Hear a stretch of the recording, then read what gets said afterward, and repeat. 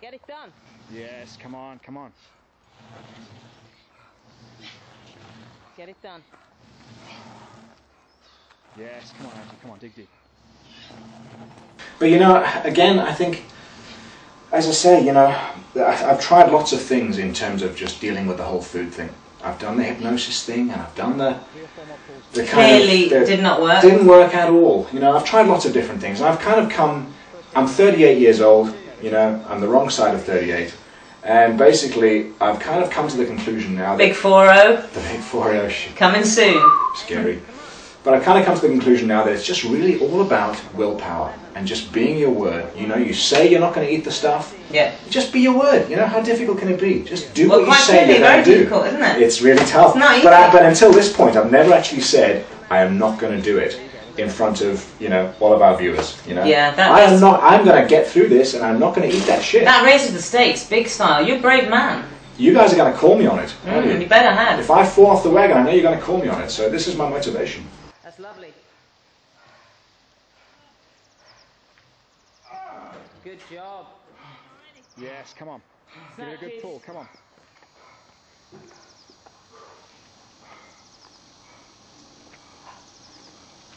Come on, use your body weight.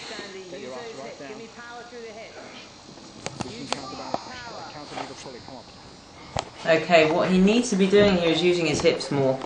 What's going on is, and that's why he's fallen onto his toes, he's not driving through the hips, his weight is not sitting back, he needs to hinge. So, use the hips, drive through the hips, keep the weight here we go. Hips. There you go. 3. That's better. He's using his hip power now. That's where the seat of power is. Through the hips. You don't want to be muscling up with your arm. You don't use arm power here. It's very much hips. That's where the force comes from. Driving through the ground, the hips, and out through the bell.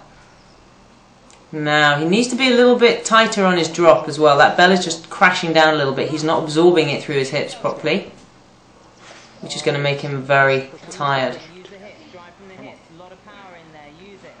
I think the bell's a little too heavy, basically. We need to drop that weight down and concentrate on technique as opposed to weight, which is what we will do next time. He needs to keep his eyes on the horizon just a bit more as well. Stay focused. And needs to punch up just a little bit stronger. It just all needs to be tighter. It's a little bit sloppy. It's too heavy. That's the bottom line. We need to drop the weight and tighten this all up. He'll get much better results. It'll be a much more effective set of kettlebell snatches.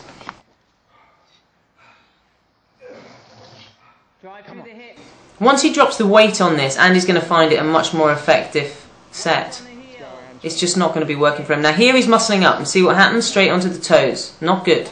Not comfortable, not effective. And that arm is not going to be liking that. It's taking so much pressure in the joints. And it's just exhausting for him. It's not pleasurable. Let's go. You got number 6. You got it, you got it. Let's go. Come on, ring press ups, let's do it. Yeah, it's not good. 7 hits. 8. There we go. He's just probably going to muscle these now. There you go, he's muscling it. Doesn't have a lot of choice. He's tired. He's using his strength because the technique's not there. So that's something I've got to work with Andy on very quickly and get that nipped in the bud. Do it. Do it.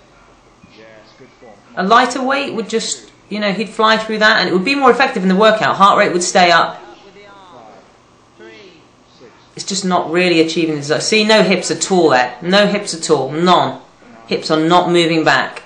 So he's just not utilising all that power. 12. 13. Okay. 14. 15. Get your little arm. Good. Come on. I've been training for well over 10 years now. And I've done loads of different styles of training. I've done the whole cardio thing. I've done the whole bodybuilding thing. I never really got pulled into aerobics, I must admit. That didn't ever really interest me. But I've done some martial arts, and I even kind of was pulled into that whole triathlete style of thing that I thought would get me the results that I've been looking for, which is to be incredibly fit and strong and have a very lean, athletic looking physique. Nothing really did it. I mean, I did get pulled into the bodybuilding style of training, you know, that split routine and you know, it did work, but it didn't really ever give me what I was looking for. And then I came across a kettlebell article, and I thought, wow, that looks interesting. It kind of struck a chord with me, because I've always liked sort of hardcore, intense training, and I've always pushed myself. And when I saw this, I thought, wow, this looks really good, actually. This looks like the kind of thing that I'd be into. So I looked into it. It was quite difficult. There was nobody in this country, in the UK, doing it, so I had to go to the States and get qualified, and I did, and I've got my kettlebell, and I use it a lot. But what happened was I found people who were into this style of training, this CrossFit style, this functional style of training, and it was a very natural progression for me to then follow from kettlebells and incorporate some of this CrossFit style.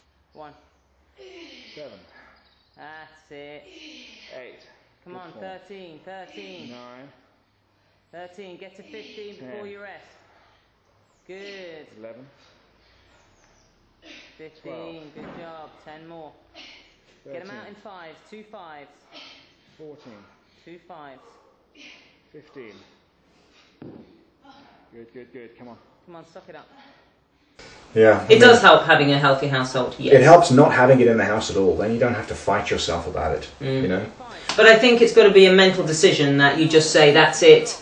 You know, you have to get it switched there so you can be surrounded by it and not want to eat it. Yeah. That's the only way. Yeah. You and I have to flip that switch. I went to a hypnotherapist, you know, And obviously didn't about work. sugar. No, it didn't work at all. I said, make sugar taste like shit for me. And I went through a half-hour session, Never going to a happen. couple of times. Of course it doesn't taste like shit. Sugar tastes beautiful.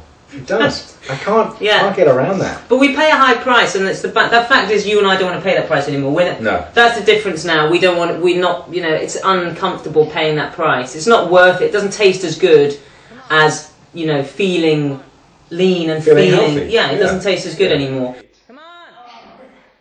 9, 5 more reps. 10. 5 more, Ange. You're doing good. Come on, the end is in sight now. It's in sight. Let's go, let's go, let's go. Come on. Take it. Go on, all the way home now. 5. Come on, man. Much like Angie, I've been training for a very long time too. I have a martial arts background. At the age of 11 I started Hungar in Liverpool, and then gradually moved on to freestyle at the age of 18, and fought in the ring for a short while before I decided to become an actor, and just got tired of being punched in the face, really. But I've tried lots of different styles of training in terms of, you know, I've done a hell of a lot of weight training and lots of other things. But frankly, over the last couple of years, I've become very bored of doing all that stuff. You know, a set of bench press, and then a set of pull downs, and a tricep, and a superset, and it's all just become really tedious over the last few years. But I discovered this training when I went to Montreal to shoot 300 last year. 300 is the movie about the 300 Spartans that held off the Persians at the Hot Gates. And for that movie, I was trained by the Jim Jones guys. In particular, a guy called Mark Twight, who I just took on as a guru. I mean, this guy is a font of knowledge. And he showed me the way to go and got me where I needed to be. And it was a completely inspiring journey. And since then, I've not been able to train in any other way.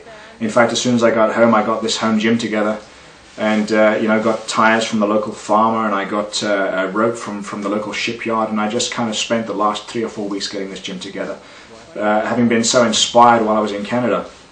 But having said that, on my return, I got straight back into my old habits and ate cake, chocolate, and biscuits. So that's what I'm trying to repair right now. But this training really is it's fun, you know. It kind of puts a little bit of inspiration back and makes you want to train hard. When I would go to the gym, I would lie down for a set of bench press and kind of go through the motions because I felt I had to. But with these workouts, as Angie says, you know, there's a real sense of fear about the workout before I start, because I don't know how it's going to go.